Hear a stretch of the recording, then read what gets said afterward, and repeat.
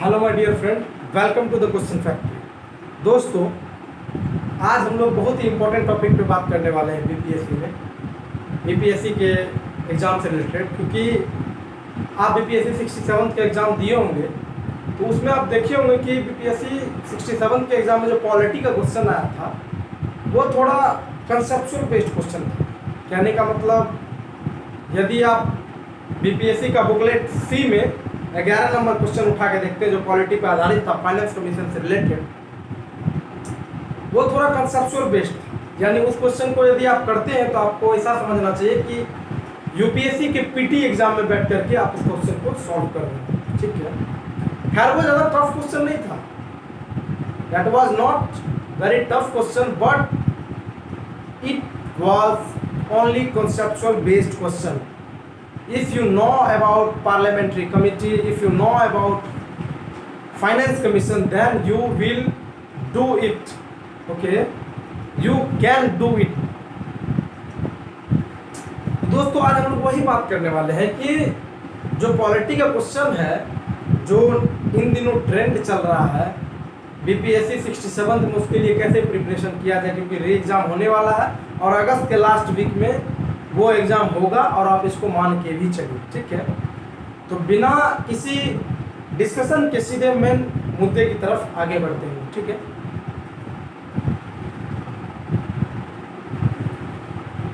दोस्तों, पॉलिटी, क्योंकि एक बात आप जानते हैं दोस्तों कि एक ऐसा हॉट टॉपिक है बीपीएससी में कि 10 में से 10 क्वेश्चन जो है पूछे ही जाते हैं। और यहाँ यदि आप 10 आउट ऑफ 10 स्कोर कर लेते हैं दोस्तों, तो आपका जो है चांस रेस में 5 कदम आगे चले जाता है। साइंस, हिस्ट्री, करंट अफेयर और बिहार स्पेशल पढ़ने के बाद जो मेन टॉपिक है वो पॉलिटी है, जो आपको नंबर गेन करने में आपकी मदद करेगा। इस पॉलिटी के लिए क्या किया जाए, जो डायरेक्ट क्वेश्चन को आप देखिए और डायरेक्ट टिक मार करके अपना टाइम बचा के आगे बढ़े। द फर्स्ट थिंग इज कि एम लक्ष्मीकांत का किताब है। ठीक है, मैं आपको पूरा पढ़ने नहीं करूँगा, इसलिए आप पहले वीडियो में बात पूरा सुन लें। आप ऐसा ना समझे कि मैं लक्ष्मीकांत को कह दूँ ये बाइबल ऑफ द पॉलिटी और आप इसको पूरा पढ़ लीजिए, ऐसा मैं कुछ नहीं कहने वाला हूँ। आप मेरी बात बस ध्यान से 10 नंबर चाहिए, बहुत बड़ी बात है और सिलेक्शन करवाने में आपके लिए बहुत ज़्यादा हेल्पफुल है, इसलिए इग्नोर भी नहीं किया जा सकता है जो मैं अभी कहने वाला हूँ। ठीक है, एम लक्ष्मीकांत की किताब से 5 से 6 टॉपिक, 5 से 6 इंपॉर्टेंट टॉपिक को यदि आप लाइन बाय लाइन पढ़ लेते हैं तो आपके ये 10 में से 10 क्वेश्चन कहीं से नहीं छूटेंगे। The first topic is fundamental right.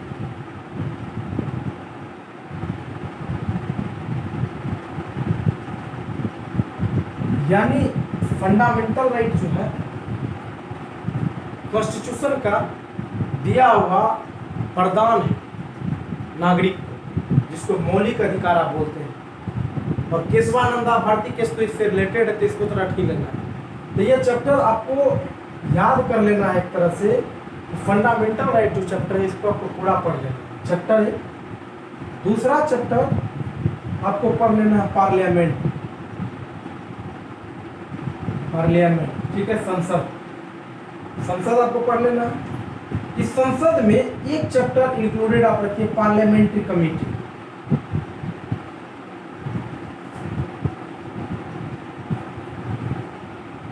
ठीक है, ये पार्लियामेंट्री कमेटी से, क्योंकि बीपीएससी में हर बार एक क्वेश्चन यहाँ से आता है, आप इसको नजरअंदाज कीजिएगा। तो मैं बता दूं, एस्टीमेट कमेटी से क्वेश्चन पूछा गया है, इस बार भी 67 बीपीएससी में पार्लियामेंट्री कमेटी से क्वेश्चन पूछा गया है। इस चैप्टर को आप ध्यानपूर्वक कर लें। अब वो जमाना गया कि राष्ट्रपति बनने के लिए कितना उम्र होना चाहिए था, और एमपी बनने के लिए क्या क्राइटेरिया है, और एमएलए बनने के लिए वो जमाना चला गया दोस्तों। इसलिए कंसेप्ट पे आइए, बात पे ध्यान दीजिए। तीसरा चीज जो है पंचायती राज।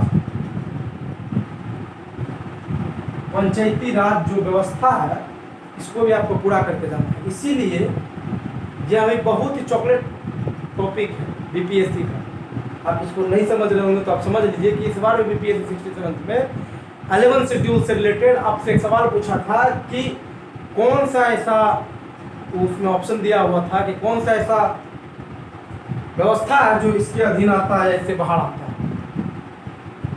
ठीक है, जैसे उसका ऑप्शन आपको दिया होगा library, fuel and fodder, rural sports, technical training, यही सब रिलेटेड कुछ ऑप्शन था जो पंचायती राज के 11 शेड्यूल से बात की गई थी। 3 टॉपिक हो गया। चौथा टॉपिक आप याद रखिए, प्रेसिडेंट। प्रेसिडेंट ये कोई तूफानी इंग्लिश का भाषा नहीं है जो आपको हिंदी में जानकारी देना जरूरी नहीं है। पार्लियामेंट मतलब आप जानते ही होंगे, संसद, ये सब तो सबके मुंह से सुनने वाले हैं। पंचायत का मतलब होता है पंचायती राज, प्रेसिडेंट का मतलब होता है राष्ट्रपति। इसमें हिंदी का कोई सवाल नहीं है, हिंदी इंग्लिश सबसे। एक चैप्टर और है इसमें, 5वां चैप्टर जो बहुत ही इंपॉर्टेंट चैप्टर है, वो है क्या? वो है गवर्नर।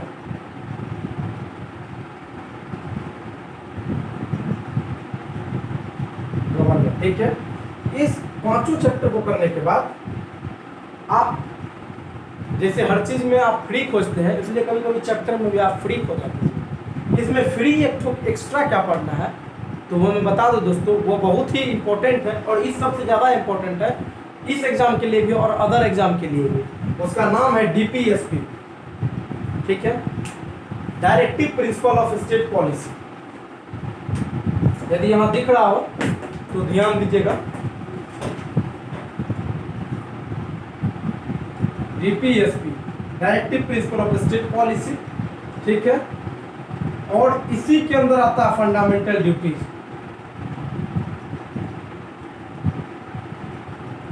फंडामेंटल ड्यूटीज जिसको आप डिनाई नहीं कर सकते, कहने का मतलब ये मौलिक अधिकार है, ये मौलिक आपका कर्तव्य है। ये दोनों चैप्टर आप फ्री में पढ़ ले, इसमें कुछ है नहीं, बस आपको स्टेटमेंट सब दिया हुआ रहेगा। जैसे uniform civil code, article 44 of the Indian constitution deal with the fundamental rights और ड्यूटीज। तो आपको बता दिया जाएगा इनमें से फंडामेंटल ड्यूटीज या फंडामेंटल राइट, तो आप कह दीजिएगा दोनों में से किसी ने। तो करना क्या, DPSP कर दीजिएगा। DPSP के अंदर 3 टाइप का आइडियोलॉजी है, विचारधारा। तो उसी तरह इन चैप्टर को करने के बाद आपका जो यहाँ 10 आउट ऑफ 10 है वो कवर हो जाएगा। लेकिन एक चीज और है, वो है आर्टिकल। आर्टिकल यानी यह जो है वेरी इंपॉर्टेंट चीज है, क्योंकि बच्चे यहाँ फंसते हैं। इंपॉर्टेंट आर्टिकल, जैसे आर्टिकल आपसे 300 के बारे में पूछ लेगा कि क्या है 300 में, तो आपको यह तो पता था कि 300A में क्या है, लेकिन 300 में क्या था BPSC 67 में पूछा गया ये सवाल। तो आर्टिकल भी इंपॉर्टेंट आप करके जाएंगे और मैं आर्टिकल को यहाँ पे करवा दूंगा। तो चलिए, वीडियो देखने के लिए आपका धन्यवाद। इंपॉर्टेंट चीज़ था, आप इसको रख ले, याद कर ले, आने वाले एग्जाम में आपको हेल्पफुल मिलेगा और आगे मैं इसमें आर्टिकल भी बता दूंगा। वीडियो बड़ा हो जाएगा, इसलिए thank you so much for watching this video.